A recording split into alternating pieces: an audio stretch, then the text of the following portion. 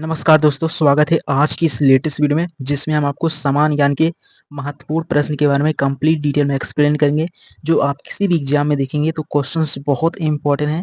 तो आप previous year exam को देखेंगे तो आपको पूरा क्लियर हो जाएगा। तो स्टार्ट करते हैं। आज का पहला क्वेश्चन क्या है उससे पहले जान लेते हैं। तो क्लास आप किसी भी एग्जाम की तैयारी करें, अगर आपके एग्जाम में जीके बनता होगा तो आपके लिए क्लास बहुत इंपॉर्टेंट है। तो शुरुआत करते हैं। आज का पहला क्वेश्चन क्या है उसके बारे में। तो इसमें पहला क्वेश्चन मेंशन किया जो कि बहुत इंपॉर्टेंट है, उसके बारे में आपको प्रॉपर एक्सप्लेन करते हैं। जैसे पहला क्वेश्चन है, इसमें बोला है सिंधु घाटी सभ्यता, यानी कि जो सिंधु घाटी सभ्यता किस नदी के किनारे विकसित हुई। तो ये बहुत इंपॉर्टेंट क्वेश्चन है। तो जो नदी थी वो आपका सिंधु नदी के किनारे अर्थ होता है। तो मोहनजोदड़ो का अर्थ निकलता है मृतकों का टीला, यानी कि इसके कहने का क्या सेंस निकलेगा। मोहनजोदड़ो सिंधु घाटी सभ्यता का एक प्रमुख नगर था जो सिंधु नदी के किनारे पर स्थित है। ये पॉइंट आपको क्लियर होना चाहिए कि जो मोहनजोदड़ो है वो सिंधु घाटी सभ्यता का एक प्रमुख नगर था जो सिंधु नदी के किनारे पर स्थित है। उसके बाद अगला तीसरा क्वेश्चन है, बहुत इंपॉर्टेंट है। आप किसी भी एग्जाम को देखेंगे ये भी वहां पर क्वेश्चन पूछा गया है कि हड़प्पा स्थल वर्तमान में किस देश में स्थित है। यानी कि जो हड़प्पा स्थल है वो वर्तमान में किस देश में स्थित है, ये एग्जाम में पूछेगा। तो एग्जाम के पॉइंट ऑफ व्यू से बहुत इंपॉर्टेंट है, इसके बारे में आपको प्रॉपर समझना होगा। तो उम्मीद करता हूँ आप ये क्वेश्चंस बहुत इजीली समझ गए होंगे। बस फोकस आपका हमेशा सामने रहेगा तो आप हर क्वेश्चन को बहुत लंबे समय तक याद कर सकते हैं। बहुत इंपॉर्टेंट होते हैं क्योंकि जीके हर एक एग्जाम के पॉइंट ऑफ व्यू से इम्पोर्टेंट होता है। बहुत कम ही एग्जाम होंगे जहाँ पर जीके के क्वेश्चंस नहीं बनते हैं। बाकी हर एक एग्जाम को आप उठाएंगे, चाहे डिफेंस का हो या कोई और, वहाँ पर भी जीके बनता होगा। आपका स्टेट लेवल के जो एग्जाम्स होते हैं तो इन सभी के पॉइंट ऑफ व्यू से इम्पोर्टेंट है। तो हड़प्पा स्थल वर्तमान में किस देश में स्थित है, तो इसके बारे में आपको प्रॉपर समझना होगा। तो वो आपका वर्तमान में पाकिस्तान में स्थित है।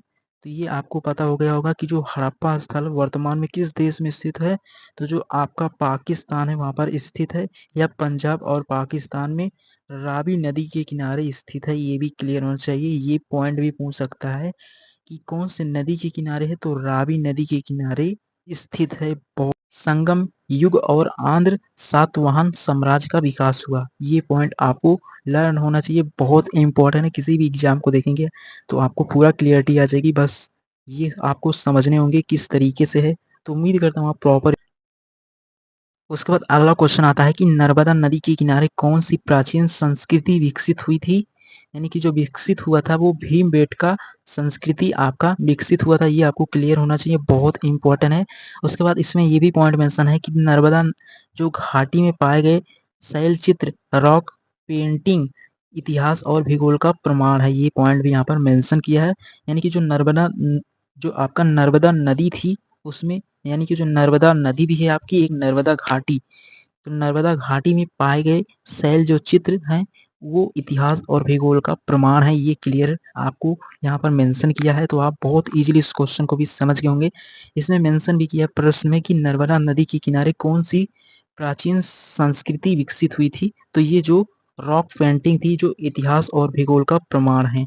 तो ये जो वहाँ पर नर्मदा घाटी में पाए गए शैल चित्र थे वहाँ पर वो हिस्ट्री और आपकी ज्योग्राफी में प्रमाण है इनका।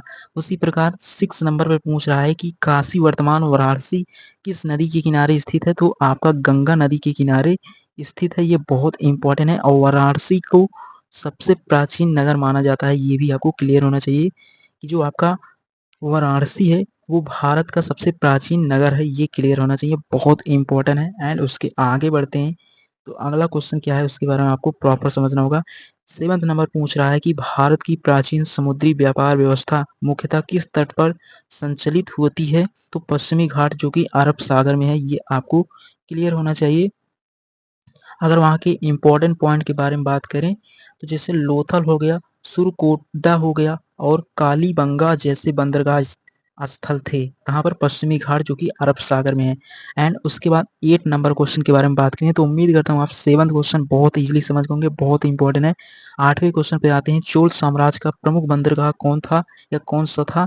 तो उसके बाद अगला क्वेश्चन है कि चोल साम्राज्य का प्रमुख बंदरगाह कौन सा है, तो जो चोल साम्राज्य का प्रमुख बंदरगाह है वो नागपट्टनम है या तटवर्ती भूगोल और प्रमाण देता है, यानी कि जो तटवर्ती भूगोल का प्रमाण देता है जिसमें व्यापार होता था पहले, तो वो क्या है, नागपट्टनम है, जो चोल साम्राज्य का प्रमुख बंदरगाह है। तो ये क्वेश्चन भी आप बहुत इजीली समझ गए, बहुत इंपॉर्टेंट एग्जाम के पॉइंट ऑफ व्यू से।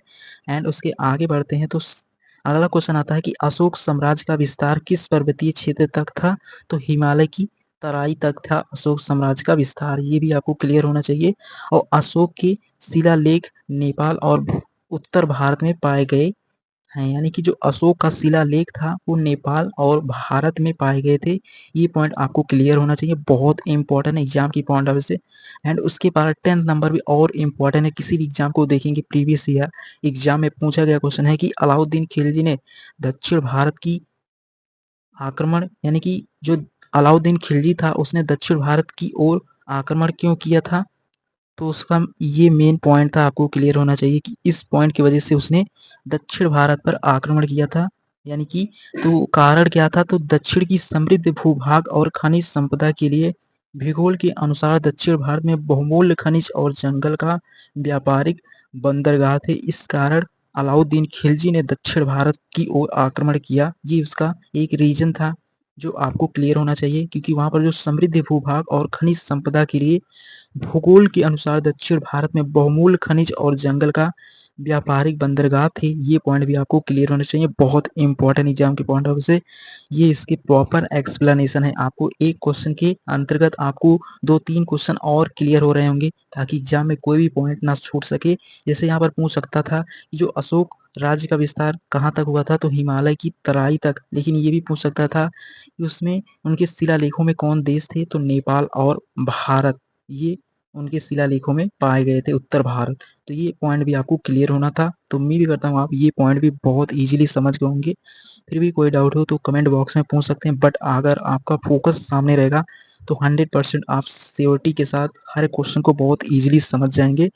एंड उसके आगे बात करते हैं, तो अगला क्वेश्चन है, दिल्ली सल्तनत ने किस पठारी भाग पर विजय प्राप्त किया था, तो जो दिल्ली सल्तनत था उसने दक्कन के पठार पर विजय प्राप्त किया था। और दक्कन का जो भौगोलिक विस्तार था वो सल्तनत की शक्ति को दर्शाता है, ये पॉइंट भी आपको क्लियर होना चाहिए। और उसके बाद 12वां क्वेश्चन है, बहुत इंपॉर्टेंट है, कुतुब मीनार किस भौगोलिक क्षेत्र में स्थित है, तो आपका जो कुतुब मीनार है वो आपका कहाँ पर स्थित है, कौन सी भौगोलिक क्षेत्र में, तो दिल्ली के अरावली पर्वतमाला के समीप अरावली श्रेणी, जो कि भारत की सबसे पुरानी पर्वत श्रृंखलाओं में से एक है। ये पॉइंट आपको क्लियर होना चाहिए, बहुत ही इंपॉर्टेंट है क्वेश्चन। किसी भी आप एग्जाम को देखेंगे प्रीवियस ईयर, तो उनमें इसी लेवल के आपके 3-4 साल जो प्रीवियस ईयर एग्जाम में क्वेश्चंस बनते हैं एसएससी या किसी और एग्जाम में, इसी तरीके के क्वेश्चंस बहुत इंपॉर्टेंट है, आपको इसमें हर तरीके के क्वेश्चंस होंगे। तो उम्मीद करता हूँ आप 12 क्वेश्चन बहुत इजीली समझ गए होंगे। अब बात करते हैं इसके लास्ट क्वेश्चन के बारे में। उसके बाद मुगलों की राजधानी कहाँ-कहाँ स्थानांतरित हुई थी, तो आगरा से उन्होंने फतेहपुर सीकरी किया था, और फतेहपुर सीकरी से अपनी राजधानी को दिल्ली में ट्रांसफर किया था, उसके बाद दिल्ली से लाहौर।